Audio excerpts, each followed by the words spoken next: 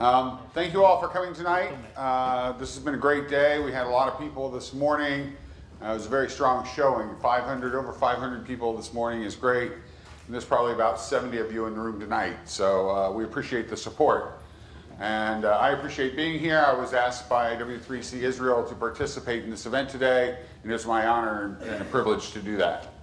I had a 45-minute slot. Mickey, I wear a Mickey Mouse watch. Mickey tells me I have 25 minutes to meet that time limit, so I'm going to make a shot for it, and we'll see where we end up. We're going to talk about transforming the web together. Who here knew that the W3C stood for World Wide Web Consortium before this slide showed up? Not many. Okay. W3C means World Wide Web Consortium. We were founded in 1994 by Tim Berners-Lee, who invented the web in 1989.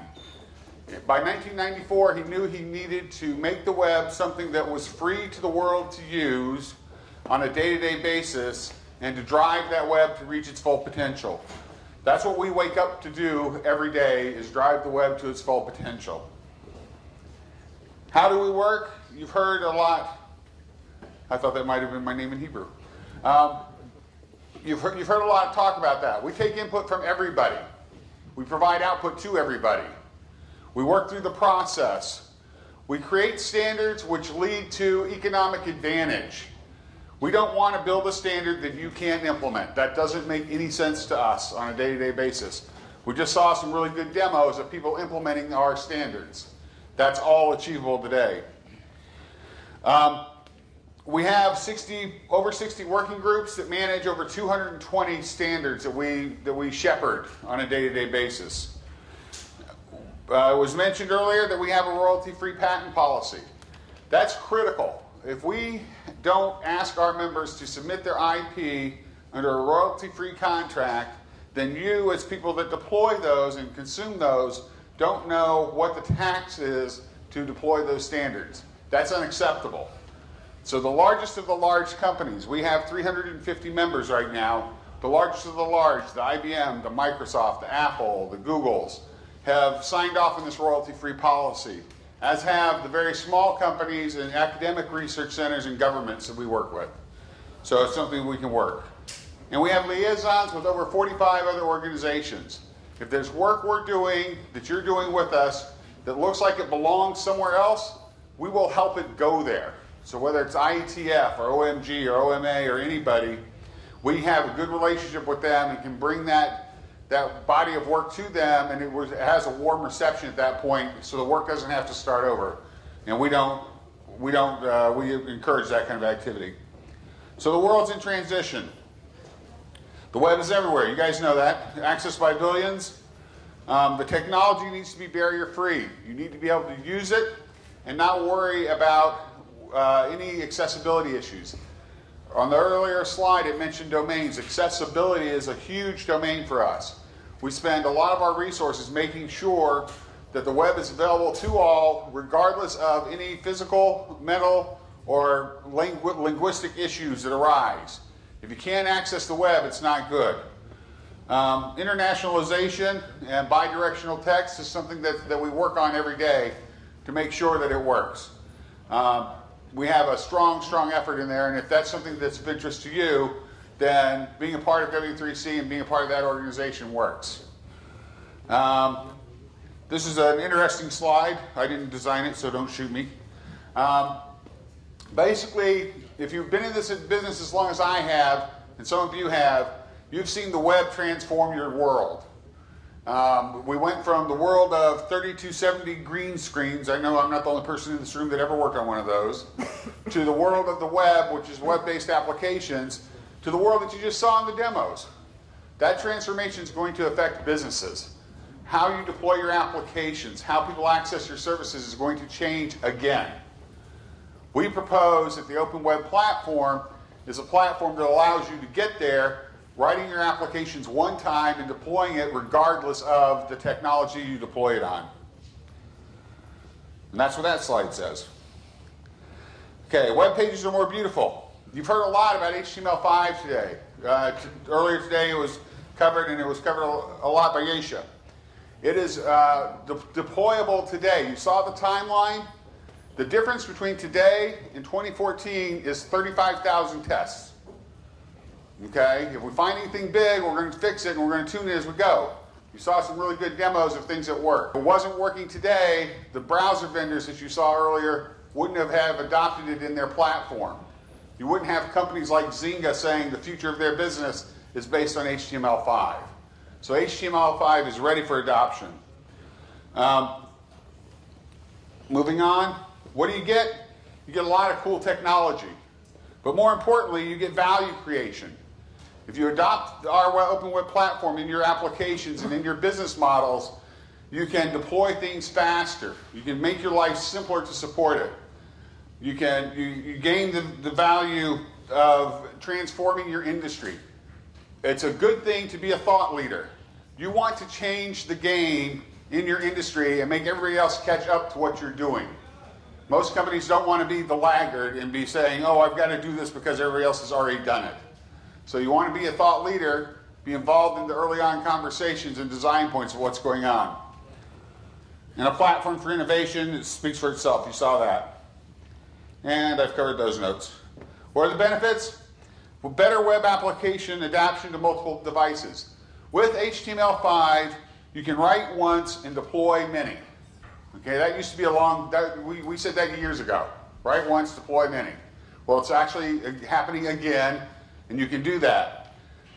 You don't have to worry about having 5 different formats of your application because you have 5 different OSs deployed in your mobile technology, in your mobile consumer base. By having things in the standard, we reduce the size of your application and we make it less complex. By following the standard and by working with the companies that are adopting the standard, you have to have less plugins, making your application less complex. And cross-information sharing. Rapid prototyping, we've covered all these points already. Royalty-free, I want to hit that one more time. We have more than 100 technologies within the open web platform that are royalty-free. That means you can use those, like the demos we just saw, and not say, is my application going to have a royalty on it? If I charge $1, do I have to give 10 cents to some body that's going to do my royalty distribution? Or worse yet, am I going to deploy a standard and 2 years down the road after my company depends on it, some company's going to stand up and say, hey, my IP's in there and you owe me a royalty for everything you've sold, or change your application. Those aren't good scenarios. By working with W3C and our open web platform and our standards, you get around all those hurdles. These are the technologies. I'll leave it up a second because a lot of you people work in the technology spectrum every day. These are things that your development teams talk about using. They're all in the open web platform. They are all moving at the rate that they need to move, and they will be delivered as a platform and integrated and work together so that your applications take advantage of all of it. What's the value proposition of working with W3C? We are an international organization. Yesha mentioned that we have 22 offices. I lose count. We're adding them as we go, and I'm not quite sure of who's cooked and who's not. But we have our core W3C staff of 65 people. Our offices are our arms and our legs to do events like you've seen here today, to locally evangelize what W3C's standards are all about, and to work with you around any membership issues you might have. But you, once you're a member of W3C, can contact that international community, those 350 companies. It's about, out of those 350 companies, we have about 1,200 people that work on W3C standards every day. So that's quite a network that you can connect into.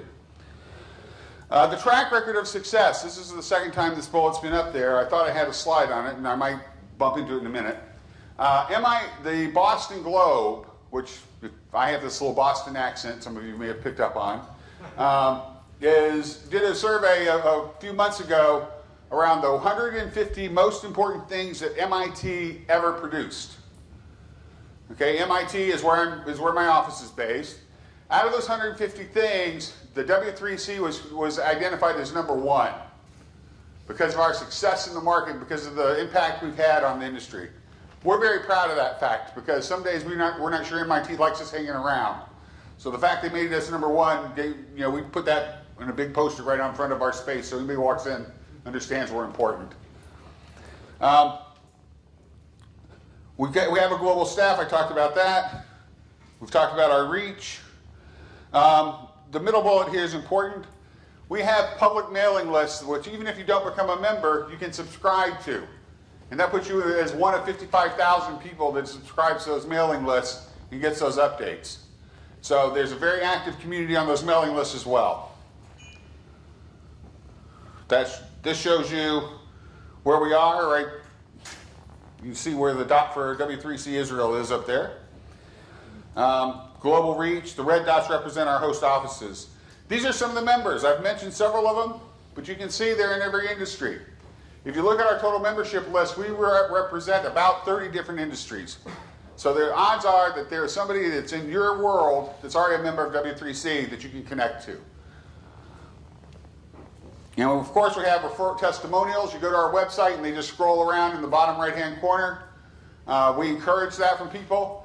A lot of these testimonials are why did people join W3C? And I have a video, if I have time, that will show that will emphasize that. So, who joins W3C? A lot of people are under the notion that it is the IBMs and the Googles and the Apples and the IT, classic IT, the Oracles of the world. Well, the reality is, in the past 18 months, these companies have all joined W3C. You have people like Facebook on there. You have people like SanDisk that have nothing to do with day-to-day IT. Sony, MStar is all about web and TV. A lot of focus on that area. China Unicom and Motorola Mobility are platforms who want to adapt HTML5 to their, or technologies who want to adapt HTML5 to their platform to give the application developer that option and that flexibility. How can you participate? You can be a member of W3C. You can sponsor some of the work we do. We have something about business groups I'll talk about in a minute. Community groups. Participate in our public workshops. We do events like this in the world every day in some place. So if you're a global organization, you can get wired into W3C in Benelux or in China or in Japan or wherever you happen to be. We have local communities being built. And I'm going to skip these last few slides because I wanted you to really hear this demo. Okay, so let me see. I was talking to Bernard earlier that the death that I have is every time I try to do a demo during the middle of a presentation, it works ahead of time and it fails when I get there. So let's hope that doesn't happen. Ooh, we could be in trouble. This is the sunset over Hawaii, which is my favorite place in the world. Come on, QuickTime. Oh, sorry, yeah, okay. File, open recent. This video was taken at a recent workshop we did, the web and TV workshop we held in Hollywood that had 150 people attend, a 2-day workshop on what the issues are for the web community and the TV community that are running into each other. But there's some good general, as opposed to hearing me talk more, I wanted you to hear some of our members.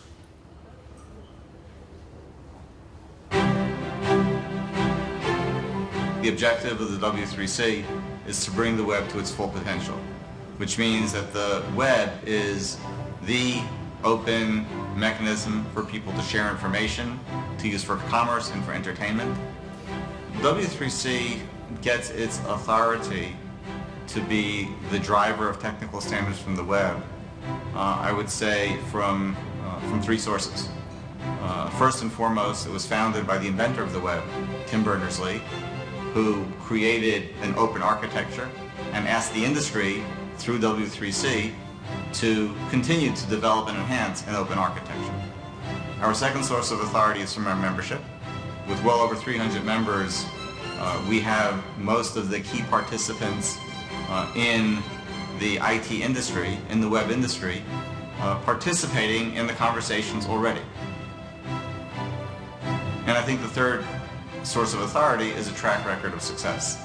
There was a recent Boston Globe article of the 150 most important things that MIT has ever developed for the world. W3C was listed as the most important of the 150. I believe standard is the only solution because only standard bring us good balance of cooperation and competition.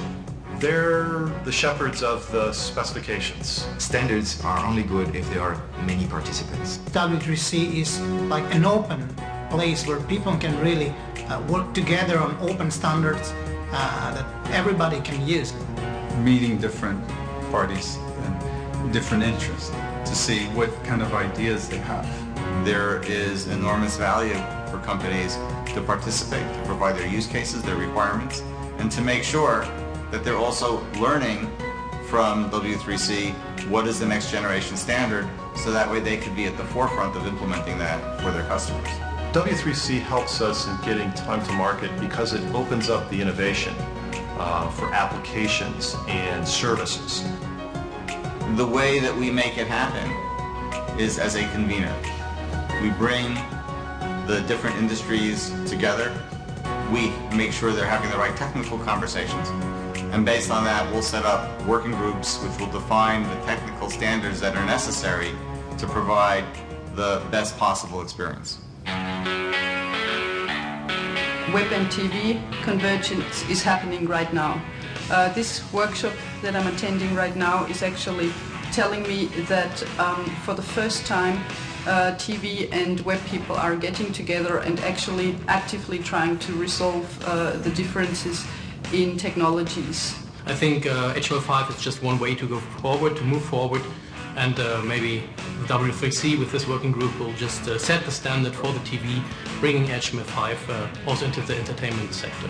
You really have to keep your ears open the whole time because very important things could pop up at any minute. By understanding what's important to other people, then you can work out what the path forward is that works well for everybody. We think that the role of the W3C really is to help the ecosystem. Lacking some group like the W3C to help provide a pan-industry application platform, we think what will happen is you'll see fragmentation in the space. When you consider how much companies invest in R&D, the small investment to be part of the conversation in W3C usually is justified. Because every time there is a new standard which comes from a big organization like the W3C, it means less specific development for us. So every time we can contribute to a standard, actually we save money down the road. The key is working in partnership with W3C, with the requirements that are coming from this interest group. The more we can have lots of different content providers, lots of different content, lots of different services, we think the more valuable an aggregator becomes. And you need a platform like the work that W3C provides with HTML and the related standards to have that broad ecosystem be healthy. Who will actively join this convergence will have chance, opportunity to win. But who will not join this activity will lose. You can never be sure that all of your requirements will be satisfied unless you actually become involved yourself. W3C has been very, very successful in creating one of the most important standards ever, so the web. So one of the beauty of W3C that everybody can be involved. Everybody can contribute to shape the future of web technology. As much as the web has transformed every single industry over the past 20 years, the new open web platform that we're creating, based on HTML5 with rich multimedia and accessibility by all sorts of devices, will transform every single industry once again.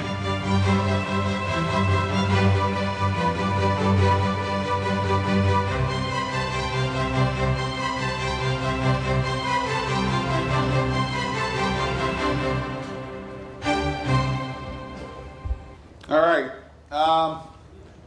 With that, we have a few minutes left, so I would like to open the floor to any questions if I can see hands.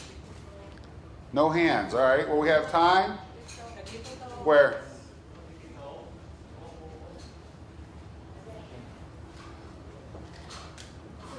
All right. Now you can all wake up. So If there aren't any questions you want to ask right now, that's fine. I'm available tomorrow for some meetings with companies if they want to talk about anything you've heard from W3C today. Work with IL to get that scheduled. And Thursday morning, Benar has a later flight than I do. I get to go deal with the wonderful security forces Ben Gurion early in the morning, so he gets to do that in the afternoon. But we have some time available. The local office, Yesha and IL, are here to help you and answer questions. So thank you for your time and attention.